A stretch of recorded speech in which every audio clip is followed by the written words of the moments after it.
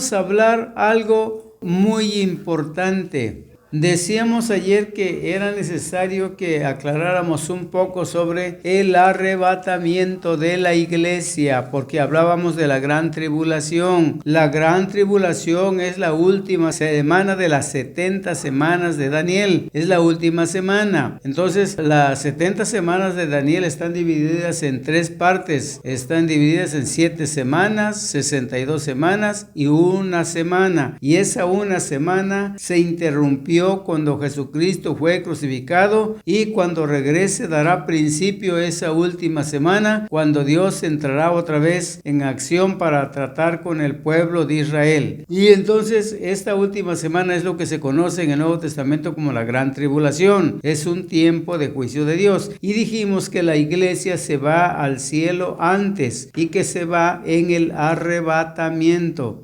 Algunos dicen el rapto de la iglesia, pero la palabra más correcta es arrebatamiento. Y vamos a leer una lectura bíblica, y espero que usted le ponga atención porque hablamos del arrebatamiento de la iglesia. Son 2 acontecimientos.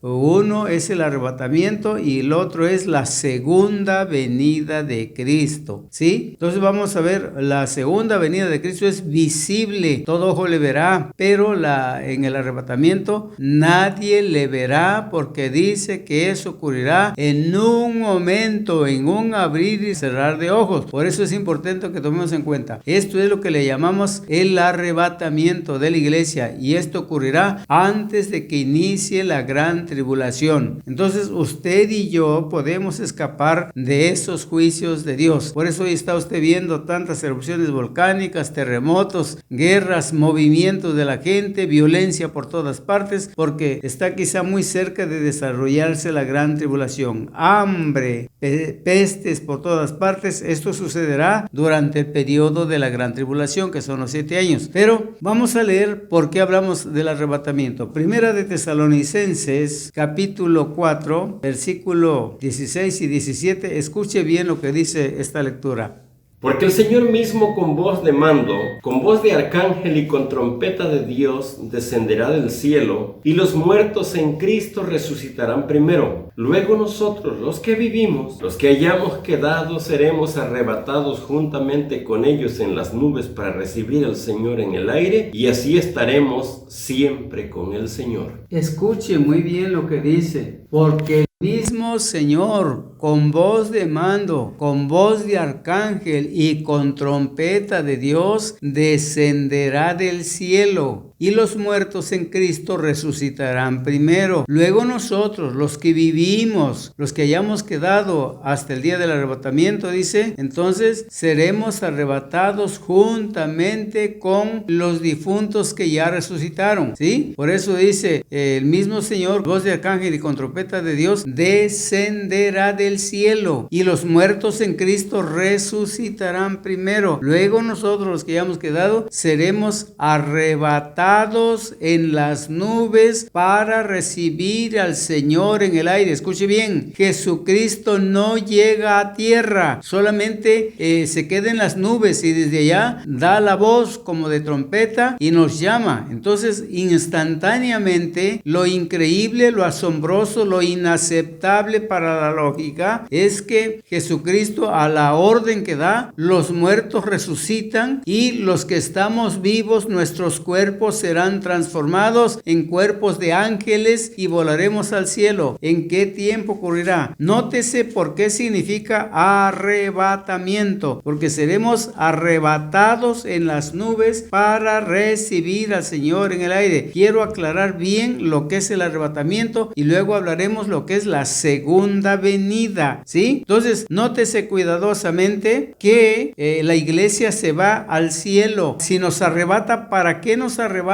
¿A dónde nos arrebata? ¿A dónde va a llevar estas personas que son arrebatadas? ¿Por qué? ¿A dónde van a llevar? Indiscutiblemente que es al cielo. Quiero que veamos en Apocalipsis 19, versículos 6 al 8. Póngale atención y observe que la iglesia, aquí en Apocalipsis 19, que es el momento en que Jesucristo se dispone a bajar a la tierra con sus ejércitos celestiales. Es el momento en que Él se dispone a venir y es la segunda venida y es donde va a ser visible. Nótese cuidadosamente toda su indumentaria, todo su armamento, y nótese que la iglesia está allá con Él y Él apenas va a bajar a la tierra para entrar en la batalla de Armagedón. La batalla de Armagedón, que es al final de la gran tribulación.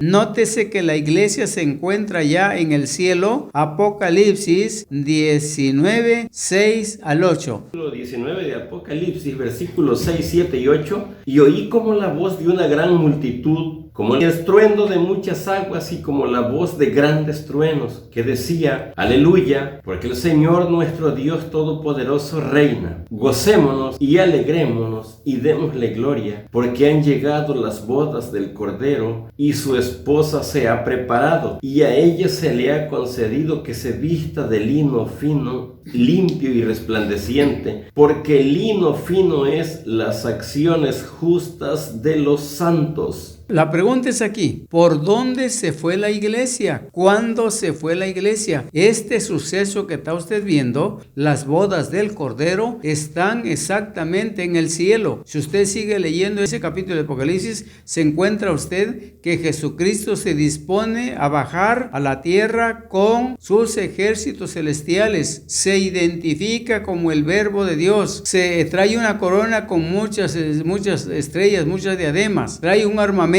porque viene a pelear contra el anticristo que ya lleva 7 años destruyendo y provocando matanzas en la tierra. Así que esta iglesia aquí, la iglesia ya se encuentra en la presencia del Cordero y se celebran las bodas del Cordero allí en el cielo, ¿sí? Entonces, ¿por dónde se fue la iglesia? ¿Cuándo se fue la iglesia? Porque hay que tomar la diferencia entre el pueblo de Israel y la iglesia. Primera de Corintios 10:32 dice: sean sin ofensa a judíos, gentiles y la iglesia. En el Antiguo Testamento solamente había 2 grupos de gentes, pero en el Nuevo Testamento nace la iglesia en el día de Pentecostés y es por eso que a partir de ahí hay 3 grupos de personas: la iglesia, los gentiles y el pueblo de Israel. Entonces el pueblo de Israel y los gentiles se encuentran aquí. La iglesia ahora se conoce como la novia del Cordero. La novia, Jesucristo es el esposo y por eso la iglesia es arrebatada en las nubes. Viene Jesús a encontrarla en las nubes, se la lleva y se inician las bodas del Cordero en el cielo. Y cuando Jesucristo viene, ya viene con la iglesia a reinar 1000 años en la tierra. Sí, entonces por eso dice: y gocémonos y alegrémonos porque se llegaron las bodas del Cordero. Y un murmullo grande en el cielo,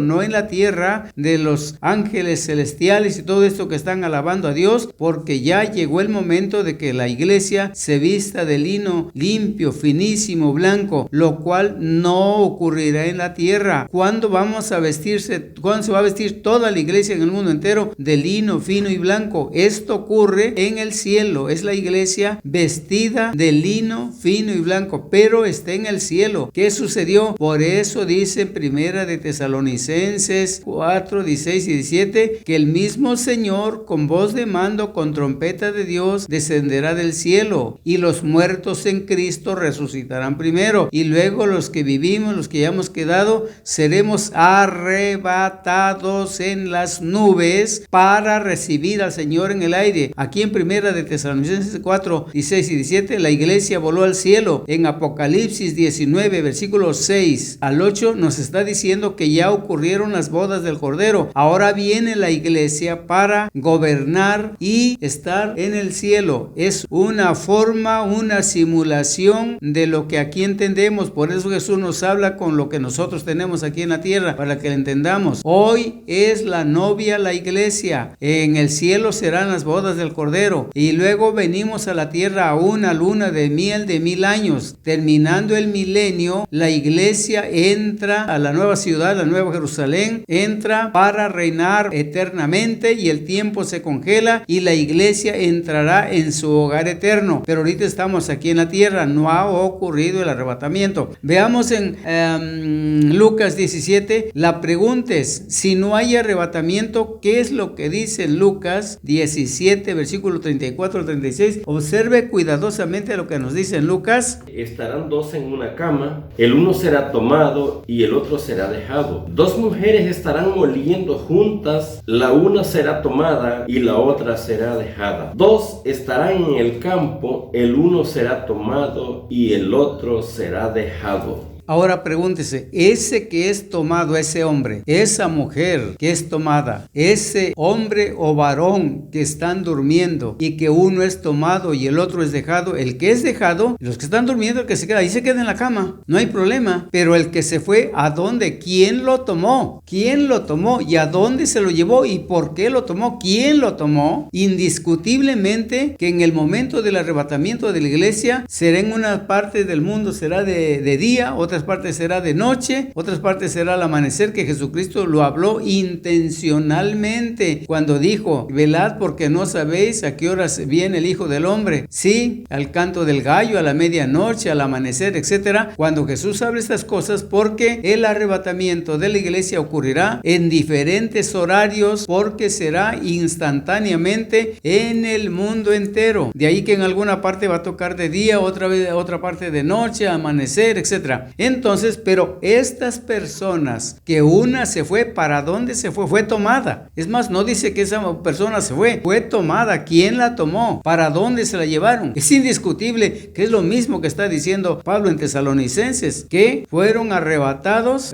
por el Señor en las nubes para recibir al Señor en el aire. Y se habla de arrebatar porque será en el momento menos pensado. Vamos a avanzar un poquito más. Veamos en 1 de Corintios 15, 50 y 53, observe qué es lo que pasa. Dice, pero esto digo, hermanos, que la carne y la sangre no pueden heredar el reino de Dios, ni la corrupción hereda la incorrupción. He aquí os digo un misterio, no todos dormiremos, pero todos seremos transformados. En un momento, en un abrir y cerrar de ojos, a la final trompeta, porque se tocará la trompeta y los muertos serán resucitados incorruptibles y nosotros seremos transformados, porque es necesario que esto corruptible se vista de incorrupción y esto mortal se vista de inmortalidad. La pregunta, ¿en qué tiempo se llevará nuestro cuerpo en la transformación? En un momento, en un abrir y cerrar de ojos, si usted parpadea, se notará que no se lleva ni un segundo. Entonces seremos transformados. Carne y sangre no pueden heredar el reino de Dios, lo que significa que si nosotros vamos con carne y sangre, nos estaríamos enfermando, estaríamos envejeciendo, llegaría la muerte. ¿Qué pasaría? Por eso cuando hablamos de la resurrección, que no nos va a dar tiempo ahora a hablar, pero vea usted que cuando ocurra la resurrección, entonces será en un instante, y carne y sangre no heredarán el reino de Dios. Y luego dice, es necesario que esto corruptible se vista de incorrupción y esto mortal se vista de inmortalidad. Por eso Jesucristo cuando resucitó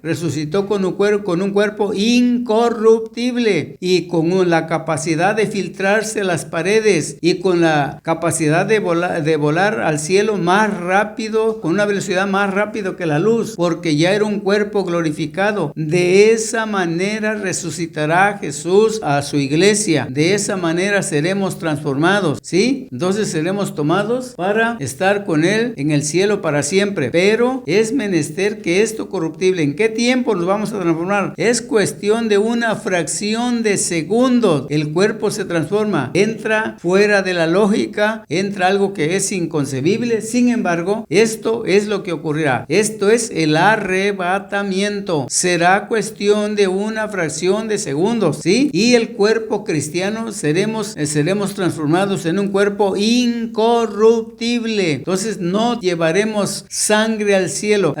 Quiero ver si nos da tiempo de leer Lucas 34. Oiga usted cómo resucitó Jesucristo en Lucas 34. Oiga cómo resucitó Lucas 34, versículo. Lucas 24. Pero él les dijo: ¿por qué estáis turbados y vienen a vuestro corazón estos pensamientos? Mirad mis manos y mis pies, que yo mismo soy. Palpad y ved, porque un espíritu no tiene carne ni hueso, como veis que yo tengo. Y diciendo esto, les mostró las manos y los pies, y como todavía ellos de gozo no lo creían y estaban maravillados, les dijo: ¿tenéis aquí algo de comer? Entonces le dieron parte de un pez asado y un panal de miel, y él lo tomó y comió delante de ellos. Muy bien, comió, bebió, lo tocaron, lo palparon, pero se filtró las paredes porque ellos estaban espantados y estaban atemorizados cuando lo vieron que se paró en medio de ellos, estando ellos con las puertas atrancadas por miedo de los judíos, y resulta ser que de ahí por donde se metió, entonces pensaban que veían espíritu. Entonces a esa semejanza resucitaremos nosotros. Entonces le dijo Jesús a Tomás, principalmente, que no lo quería creer, le dice: mira, tócame, pálpame, que yo soy, y que un espíritu no tiene carne y huesos como ves que yo tengo. Lo palparon, comió y bebió, lo que significa, nos enseña esto, gracias a Dios, a la incredulidad de Tomás, aprendemos que Jesucristo resucitado comió, bebió, estuvo con ellos y fue un cuerpo que se podía tocar. Así resucitaremos con él. Pero Jesús, con la capacidad de transformarse y con la capacidad de volar al cielo a una velocidad increíble. De esta manera es importante saber y conocer que este es el arrebatamiento, y así resucitaremos. No es la segunda venida. En la segunda venida será muy diferente, la veremos en el próximo programa, lo que es la segunda venida. Este es el arrebatamiento, ¿sí? En el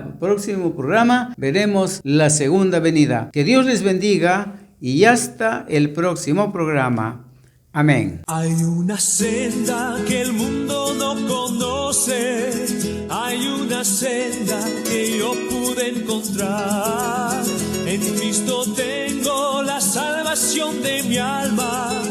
La Comunidad Evangélica Nueva Jerusalén presentó su programa La Senda Antigua. Llame al teléfono celular 285-109-2196.